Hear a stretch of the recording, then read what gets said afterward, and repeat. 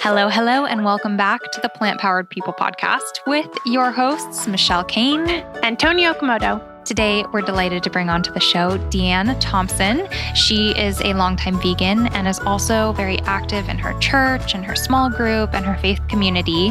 And she's coming on the show to talk a little bit about religion and how that applies to her vegan lifestyle. I personally am non-religious. I grew up Jewish. I am Jewish, but more culturally, I am otherwise identify as atheist. But this is a topic that I have encountered a lot over the years of being vegan, and it's something that I wish I could communicate better on, and something that I would love to get more knowledge and understanding about is religion, veganism, animals, and how that all relates to the Bible. I have spent a lot of my past year reading religious books that were all top sellers, and they were really good and inspiring, and it was not something I grew up with, so I found it especially intriguing. I just had no idea. And then we brought on some people into our lives. For example, Karen Brockway, who was in our episode of the New Year Challenge that we did. And also Raul from our documentary, which can be seen at 7daysdoc.com. They both talked about how faith was so powerful in driving them to plant-based eating. And we thought, wow, that's a great concept. And if there are other people listening who feel that connection with their faith and want to feel inspired, Deanne is a great person to share her experiences. She has done such a great job of creating this really inclusive group that supports plant-based eating in her church. And yeah, she's just great. And we hope you love this episode as much as we do. Hi, Deanne. Thanks so much for joining us today. Yes, thanks for having me. We're so excited you're here to talk about something that we have not yet talked about on the podcast. Yeah, and I feel like it's something that's really important. But first, before we even dive into any of what we brought you on the show for, we want to know a little bit about yourself. So can you take us from the beginning and tell us where you are right now? Yeah. With just kind of like with my vegan sort of walk. Just in general, what do you do for a job? What do you do for your life? What are you into? And then we'll get a little bit further into how you became vegan in a minute. So right now, I'm talking to you from Venice, California. And I am the Faith Outreach Manager at the Humane Society of the United States. And I kind of got here, just sort of kind of the marriage of two of my life passions, which is my faith, Christianity, and, helping animals and being an advocate for them. So that's kind of what brought me here. And yeah, I can tell you more about my childhood if you want to. Yeah. Where did you grow up? I grew up in Minnesota. Cold. That is cold. It is. And what was your family life like? Did you grow up going to church always? Did you grow up vegetarian? What was that like? Yeah, so I was raised Catholic, and we definitely were meat eaters in the Midwest. And I mean, I remember growing up on, eating meatloaf and pork chops and tuna casserole and all those things. And my parents, my mom lovingly made dinners every night, thinking, that was the best thing for us at the time. And so it wasn't until I was I think I was 14, I was in 9th grade. And I remember my friend in the hallway handed me this card, and it was a PETA card, and it talked about fur. And I just remember that picture of, a coyote. It was trapped in a steel jaw leg hold trap. And I just remember thinking, wow, I had no idea what was happening to animals.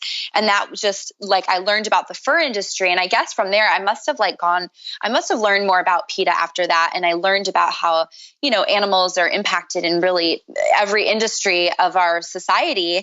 And I went vegetarian, in Minnesota. And it was interesting at the time, Hey, Deanne, how old were you at that time? I was 14. Mm-hmm. So you went vegetarian, and then what? Yeah, so then I just got really active for animals. I'd always loved animals, but I really realized, the scope of the issues at that time. So I started, volunteering at the local animal shelter. And then once I was on once I went to college, the University of Wisconsin, I helped co-start this animal rights sort of group on campus called SCAR, Student Coalition for Animal Rights. And we just got really involved. I was doing, protests at KFC and circus demos and just promoting, meatless meals and things like that. And how did your family feel? You grew up eating pork chops and meatloaf. When you were like, hey, I'm 14, I'm a vegetarian. How did your mom take that? Yeah, I was very fortunate to have very, very wonderful, sweet, supportive parents. And I don't remember it being a problem. I think she was concerned, of course. She didn't know kind of the health impacts. And so she was, of course, worried I wasn't getting all the things I needed to get. But they were very supportive. And I would eat a lot of side dishes and things like that. But they were really sweet. They even moved from a Catholic church to a non-denominational Christian church with me in high school. So they're definitely open-minded parents. To those of us who don't really know what that means, I personally grew up non-religious and I don't really know the difference. Can you explain why that change is so significant? I think Catholicism is just very ingrained in people who follow that. So you don't normally hear of someone like saying, okay, cool, let's try a different church now. So it's its own denomination. It's still under, Christianity, but it's definitely different. So for them to just be willing to kind of try something different was really incredible. Something that we felt was a better fit for our family. Can you take us back to when you were a little girl and how kind of your faith and your family and that kind of upbringing molded you as a human being, as a person, and how that, what sort of meaning that had in your life to the point where you'd sort of evolve with your parents and your family? Yeah. I think that when you're raised with faith like that, religious values call us to be kind and merciful. And so when you really it just helped me grow me into a very empathetic and compassionate person who, it teaches you to sort of think outside of yourself and serve and not be served and, care for the least of the least and, all of those things that we learn in the Bible. And so I definitely was able to extend that compassion to animals and realize that it really does go hand in hand with my ethics and I'm able to, make sure that my, what my beliefs are and my values, they align with my actions. As I mentioned, I grew up non-religious. I just didn't, my grandma went to church. I grew up with my grandma and she went to church, but that was her own thing. And she never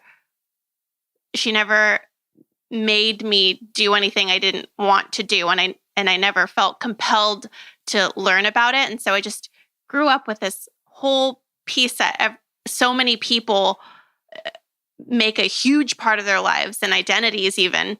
And this past year or so, I really dove into a lot of religious books, specifically Christian and Catholic books, because I had gone to college just a few years ago. I finished college and it was a Catholic school. So that was my introduction. And then I started learning all about Christianity and all the things that you mentioned of serving the underserved and being loving and compassionate and forgiving. And it really, really just called to me, that message. And although I'm still not religious, I'm a big fan of Jesus Christ. I think that as someone to inspire you and to like a role model. Yeah, a role model to give you an example of what is good and how to treat people and how to be loving. I really, really love that idea, and that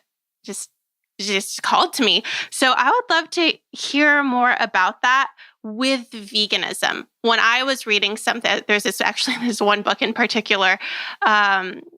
It was about how Christianity doesn't have to be an all or nothing thing, and it doesn't have to be extreme. Maybe there are examples of people who have been extreme and it was a turnoff to you, but it doesn't need to be that way. And the whole time I kept on thinking about veganism. Every time he said Christianity, I swapped it in with veganism, because veganism has been a big part of my life and identity for so long that it really resonated with me in that way.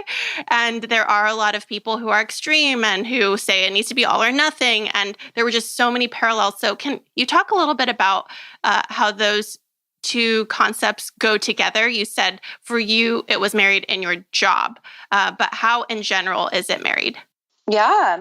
Yeah, you're right. There are so many parallels. It's crazy. And I think one of the verses that kind of sticks out to me is in Matthew, and it talks about like how wide is the gate and broad is the road that leads to destruction, and many enter it. But small is the gate and narrow is the road that leads to life. And of course, that's referring to Jesus, as our Savior. But I really do see that, in the work we do for animals too, where we do feel a lot of times like, oh my gosh, like, I'm in this world, but I'm not of this world. And that's exactly how, it feels like with your faith sometimes. I know that a lot of people who are listening probably have grown up with religion or have chosen religion on their own. What advice do you have for people who are really involved in their church or their prayer groups or their Bible studies and are not really accommodated? I know that I went to church with one of my very good friends, Anna, and she's super involved in her church. She sings in the choir, she volunteers, and is just super involved and active, but they're not very accommodating to veganism. And I think that she is helping change that. But for people who are just stepping into veganism themselves or starting plant-based eating, what advice do you give to get started in making the church or group more plant-based friendly?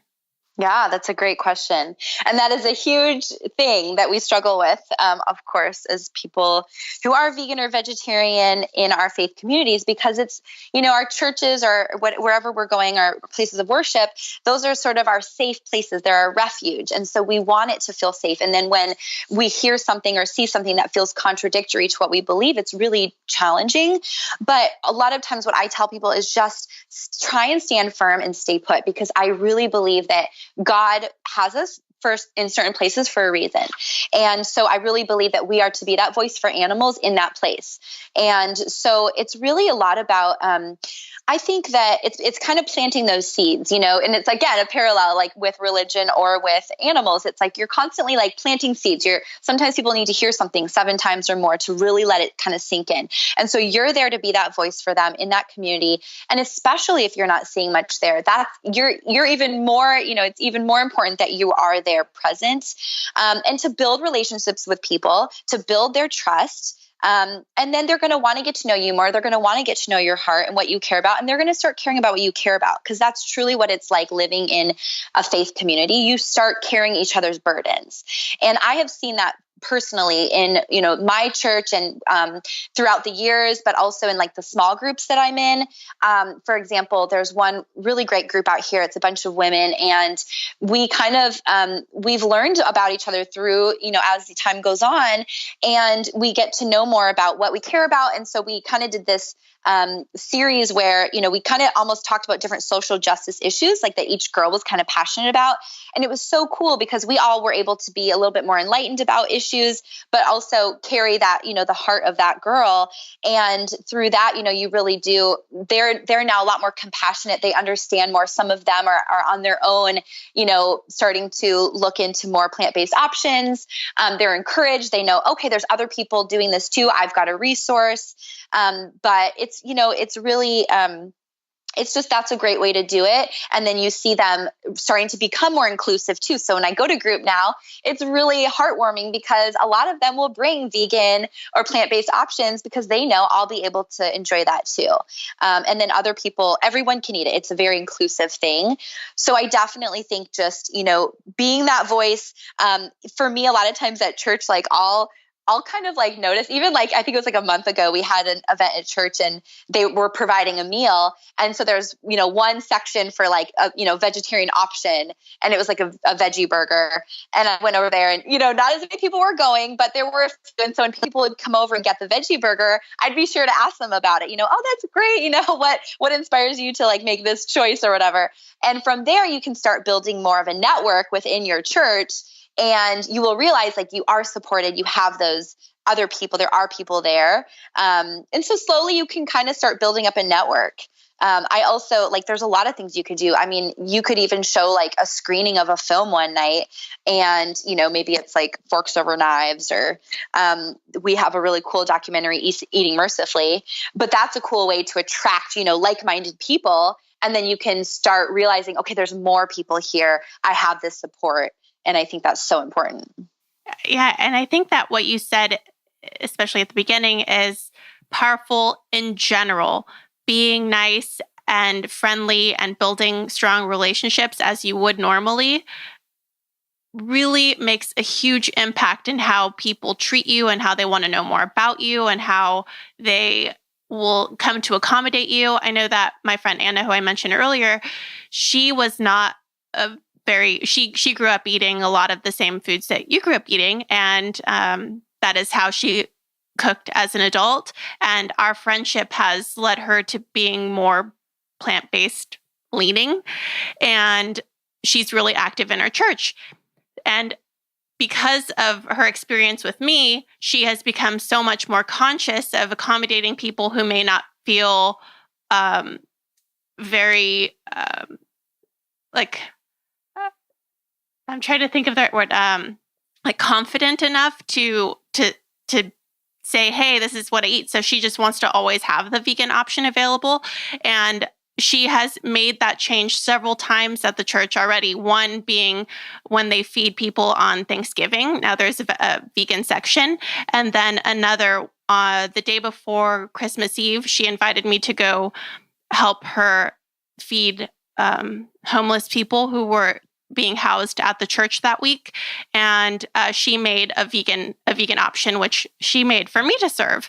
And I just thought that that was so nice and considerate to all of the people who maybe not just like they don't want to be a burden on anyone with their diets, so they may not say anything. And she was just considerate of that from the beginning. So yeah, that's super cool. That's nice. And you mentioned, like Christmas too. And I think that's another thing we can use to our advantage. Like if you are in a community where you're not really seeing many options, is kind of use those holidays and those traditions sort of to your advantage, where they're already talking about these things. So like that could be Lent, people are already talking about, hey, let's go meatless over Lent.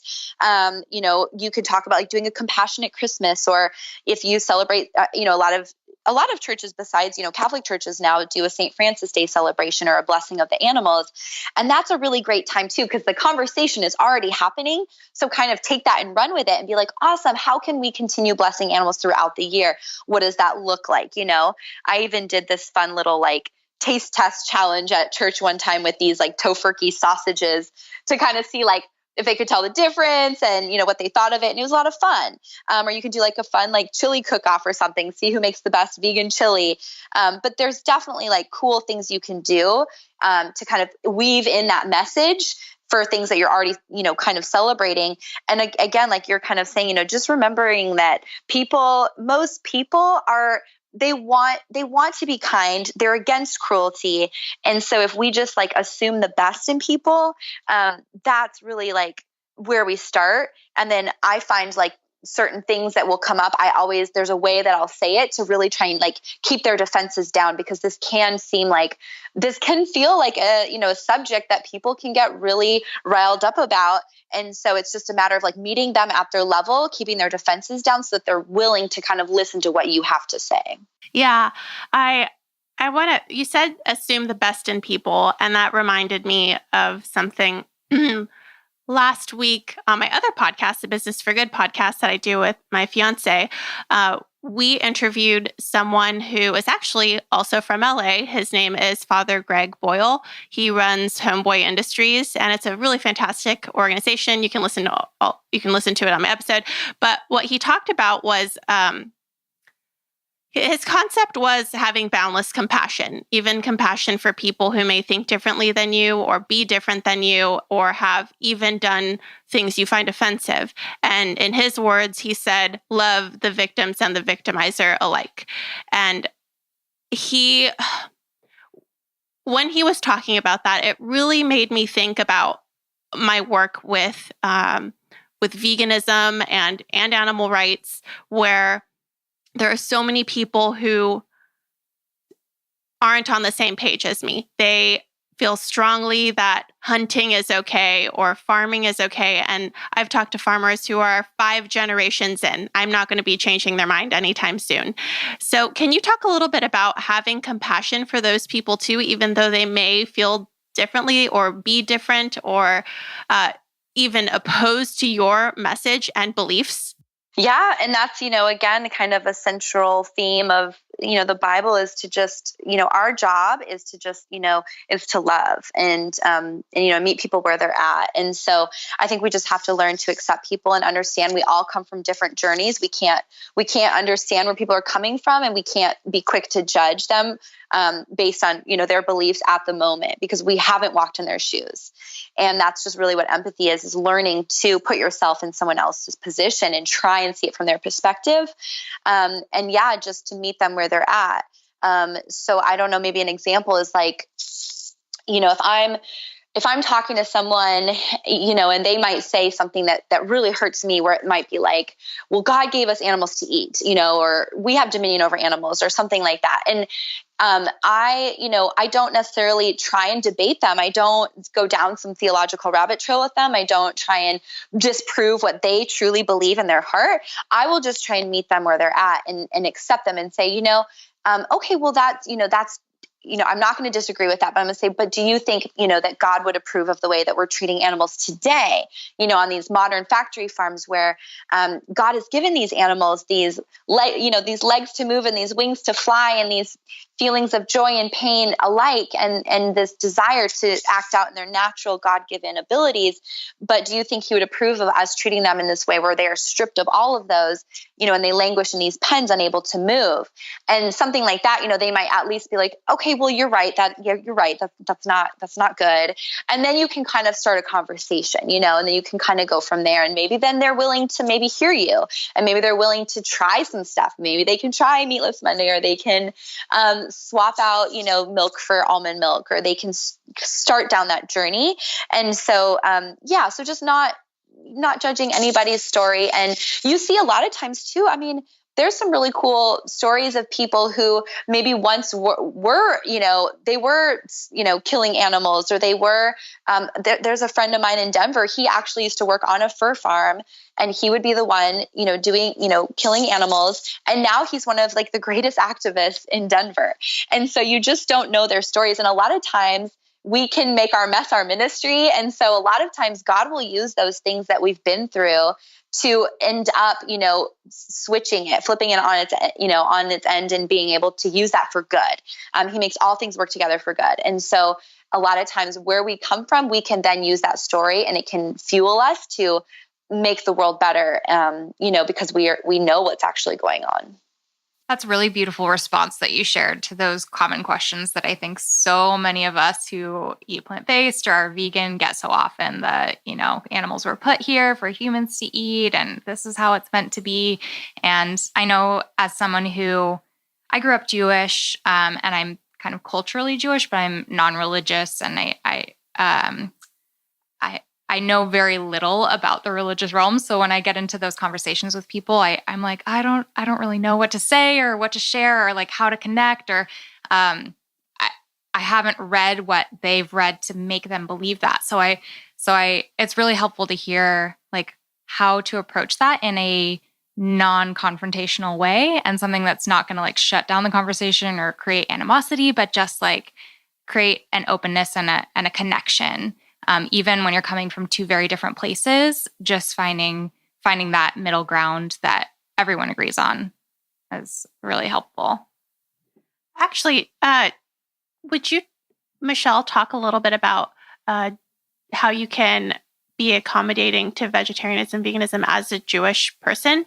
I know that there are some, so I'm getting married to someone who's Jewish, and now I'm stepping into this big world of Judaism and learning what Passover foods are and what matzah is. And I didn't even really know any Jewish people before. I grew up not around any Jewish people. So you and Paul are pretty much my only Jewish friends. So could you talk a little bit about the foods, and if you are Jewish, is it possible to accommodate veganism and still be part of your culture Yeah, absolutely. or religion? Yeah, it's actually really pretty easy, similar to what you guys are saying, like in the Jewish faith, I guess. Compassion and kindness and all of those kind of moral elements are extraordinarily important. Almost more so taught than any sort of like belief in a higher power or anything like that. It's first and foremost like what we're doing here on this planet and being kind to others. And so that concept already generally resonates across the board.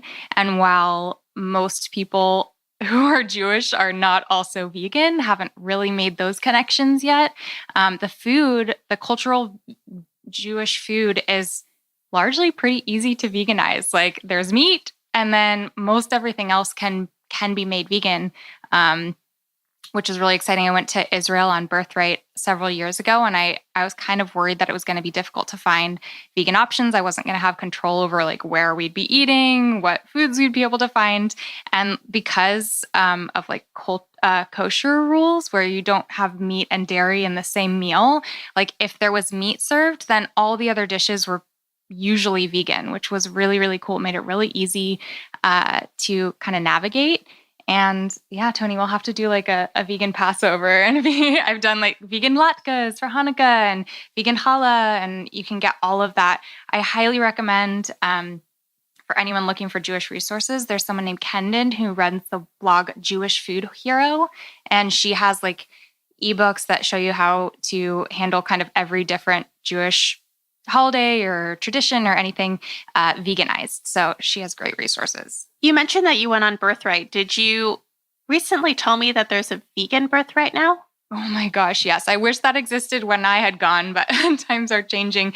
The vegan scene in Israel is exploding. They're like one of the most progressive countries out there in terms of kind of taking action on animal issues, and just the culture there's changing and grasping onto those concepts so fast and furiously. And there's vegan restaurants popping up everywhere. It's just like the vegan scene there is hot. And so some people who help kind of in the vegan space in the United States have organized vegan birthrights. And so it helps kids who are Jewish basically travel to Israel one time in their life with like a group and everything. And then they get to visit vegan restaurants and have that whole experience there, which is really, really cool.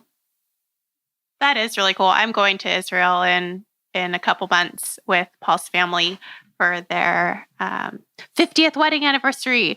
And I am so excited about all of the food that I'm about to eat. The hummus is unreal. Oh my gosh. Best hummus ever is in Israel. So, Deanne, what resources do you recommend for people who are both vegan and Christian? And also for people who are communicating with people who are not Christian or not religious, but want to provide those resources for people. Yeah. So I would say, I guess if they're not, it would probably just be the typical like vegan materials. But if they are a person of faith, then I really like the Eating Mercifully documentary that we have. Where can they find that? Yeah, so that one you can actually watch that on YouTube. You could just look it up, Eating Mercifully, HSUS. And that's like a short little documentary. It talks about kind of, faith perspectives on sort of factory farming and our food choices from a Christian perspective. So we interview like pastors and farmers in that. That's a good one. Sacred Duty, I believe it's called, is a good one for like the Jewish community. There's great books. There's Dominion by Matthew Scully. I really like, actually, Tony, your fiance, gave me the book Dominion of Love, and that's by Norm Phelps. And I really loved that book. That is a great one. There's like Vegangelical, obviously the Bible. And then there's, resources like finding groups online. Even Facebook is a great resource. You can find there's a vegan spirituality group.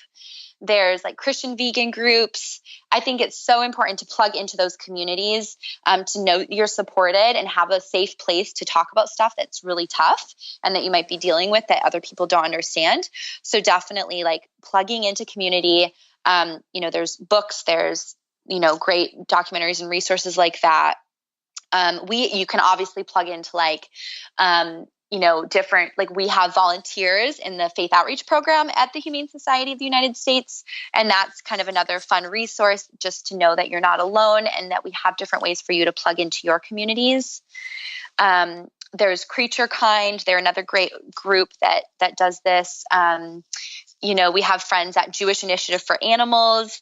They're working on these issues. So there's a lot of resources out there. Yeah, when I was in Cleveland, I went to college in Cleveland at Case Western, and I had connected with Steve Kaufman, who I believe is the founder of the Christian Vegetarian Association, and had like a lot of resources and kind of had created a community in the Ohio area, it was rare to even find someone who's vegan in Ohio at that time, and so to have that specific resource for people was cool. And I know there's an organization called Jewish Veg as well that has a lot of, for anyone looking for Jewish veg resources, that's a good one too. And do you know of any like community meetups or camps or like something where people can go get physical support if they wanted to? So they would show up and meet like-minded people. Do you have any resources like that to offer? Yeah, so the vegan spirituality group is pretty great about doing that. They will do like different meetups and events. We try and do that with when we have enough volunteers in like one area, ideally, but a lot of people are kind of so spread out. But occasionally, there'll be different opportunities. Let's see, we did a little retreat with Creature Kind and Sarah Withrow King, a couple years ago, which was nice. So yeah, I think just once you get plugged into groups, you'll become more aware of those things that start happening in person. And then also, we encourage people to really start, if you don't have that already, then maybe that's on your heart so that you're the person who starts it. And so if you're at a church where there isn't anything like that, maybe you can start like an animal welfare ministry or a little small group when you start talking about these things, creation care or something like that. So we definitely encourage people to start up things if there isn't already something. And can you tell us some things that you've done that have worked for you in the past? Yeah, I mean, really just plugging in. Like I said, if I'm aware of, other people are eating or their choices at church, I'll just like definitely be outspoken and be like, oh my gosh, that's great, and get to know people that way and start building up a network. Or like, with our small group when we started sharing, different issues that are heavy on our hearts. I think those are things that have really helped, and just being in community, whether that's within your church or, even if it's just a vegan community, at least you've got that. And then from there, you'll find, you can slowly, start building up more people of faith, but it can take time, to find them. Well, thank you so much for sharing your story and for all of the great resources that you provided. I'm going to link everything in the show notes on our website, Plant Powered People Podcast. So my friend Anna, as I keep talking about her, she's one of my closest friends. She goes to church every Sunday. As I mentioned, she sings in the choir and she knows the Bible in and out. She can quote you all of the scripture if you want. And one thing that she said that she didn't realize a long time ago before she met me was that there was this passage, and I can't remember what it is, but God is talking to this man, and I can't remember his name, and he's talking about how so many people are going to be hurt by his decision, people and blah, blah, blah, blah, blah, and the cattle, and that's how it ends.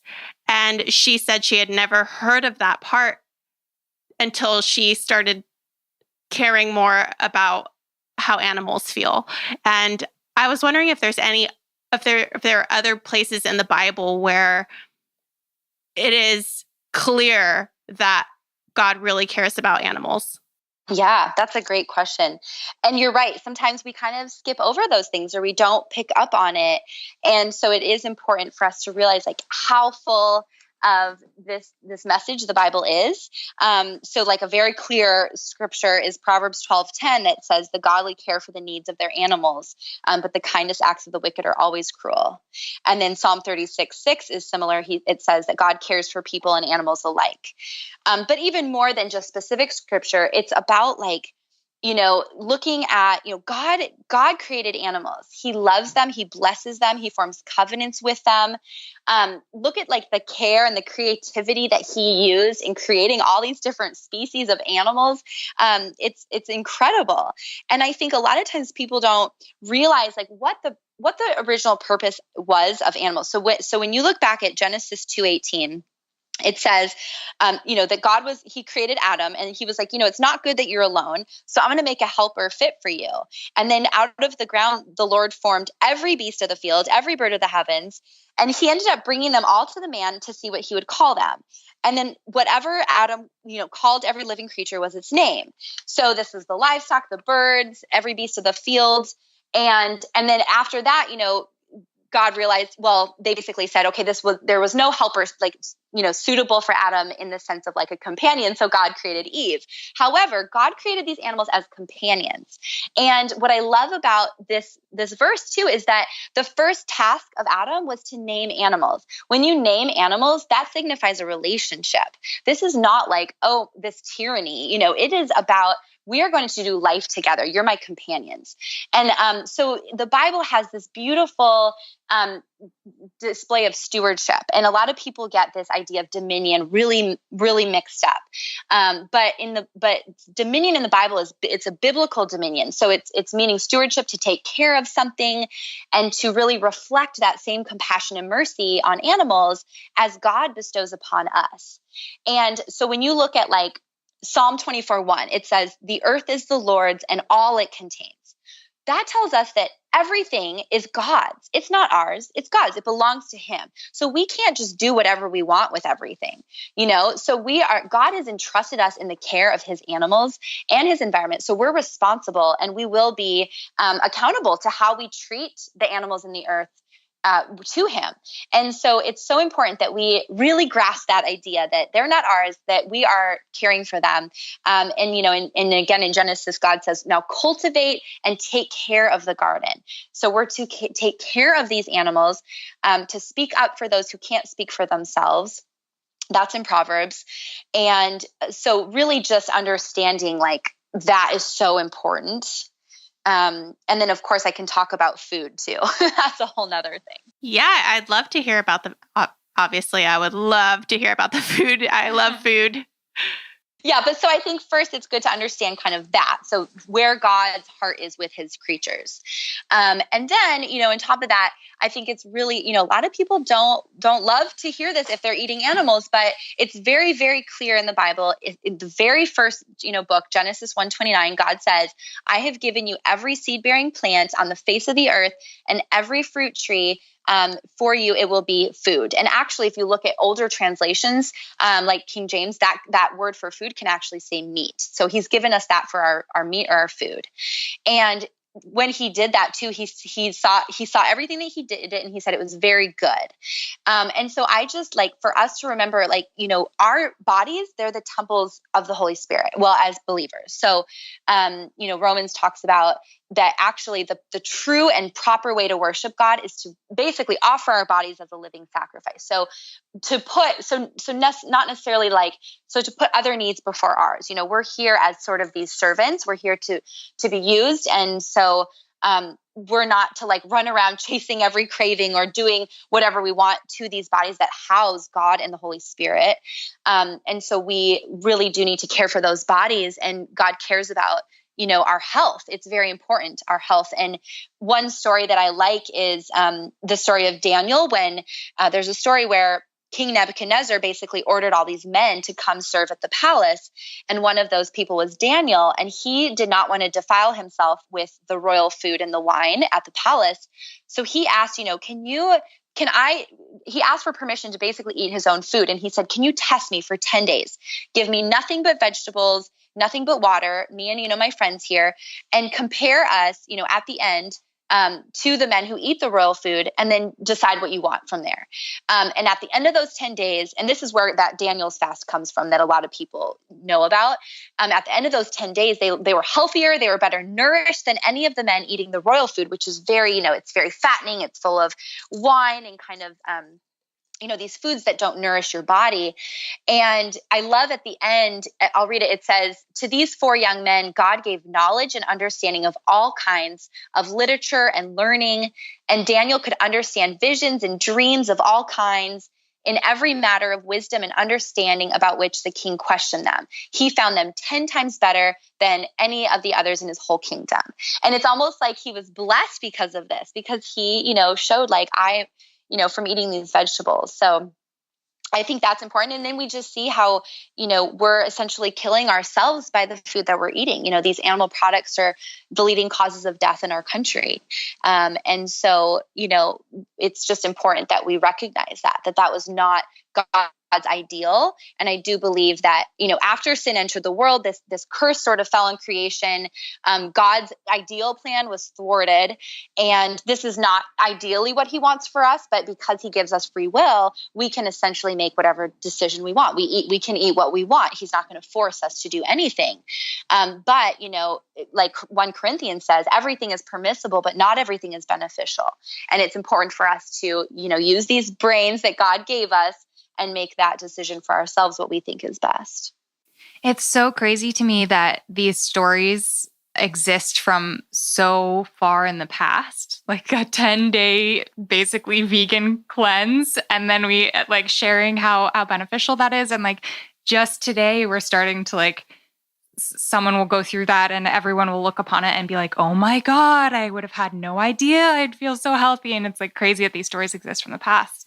Tony and I just made a mini documentary called 7 Days where Raul went, who had been eating, standard American fast food diet, ate totally fully plant-based for 7 days. And the results were just incredible. And we documented it in the film. And it's just so fascinating, cool to me that these stories exist from so long ago. Yet they just seem to be sort of forgotten by most of society. Yeah, exactly. All right, Deanne. Well, we are so grateful for having you on the show and for sharing all of your knowledge. I know that I find this stuff so fascinating, and I believe that people who are believers or not will gain something out of this, even if it's just how to talk to people who use the Bible to put down vegetarianism. So yeah, I'm just so grateful that you have come on to share your wisdom. Yeah, and thank you for all your work in this space. Thank you. Yeah. And hopefully it's encouraging and just for people to know, because sometimes this work can feel really overwhelming, and just know that, I believe this time of peace and this restored Eden is coming, where nature will return to its intended balance and harmony, and people and animals alike will again live together in harmony. And just like Isaiah talks about, that there will be a day where the wolf and the lamb will live together, and all these animals, and the little child will lead them, and nothing will hurt or destroy all on his holy mountain. And so we just keep going in faith that what we're doing is so important. Every animal we help, it makes a difference, and that one day there will be no more suffering. That is a beautiful message to go out on. Thanks, Deanne. Thanks so much, girls. Big thank you to Deanne for coming on the podcast and sharing her experience. We hope that you got something out of it. We sure did. I am feeling very equipped to have more religious discussions. I have, as I mentioned in the podcast episode, a lot of friends, especially Anna Weatherby. What's up, Anna? So yeah, I'm just feeling really good about it. Yes, thank you so much, Deanne. For all those listening, if you want to check out the show notes from this episode, head over to plantpoweredpodcast.com, and you can see all of our different episodes there, as well as the show notes and everything that Deanne mentioned here in this episode today. We link that for you right there. And I also hope that if you haven't already, you'll check out the mini documentary that Tony and I came out with recently called 7 Days with Raul. You can check that out at 7daysdoc.com. It's just 14 minutes long, and it's super inspiring if you want some health inspiration and to learn some pretty cool things about plant-powered living. I highly recommend you check that out, and it would mean the world to us if you'd share it and comment on it on YouTube and all of those things. It makes us so happy. All right, thanks again. We'll catch you on the next episode. Bye.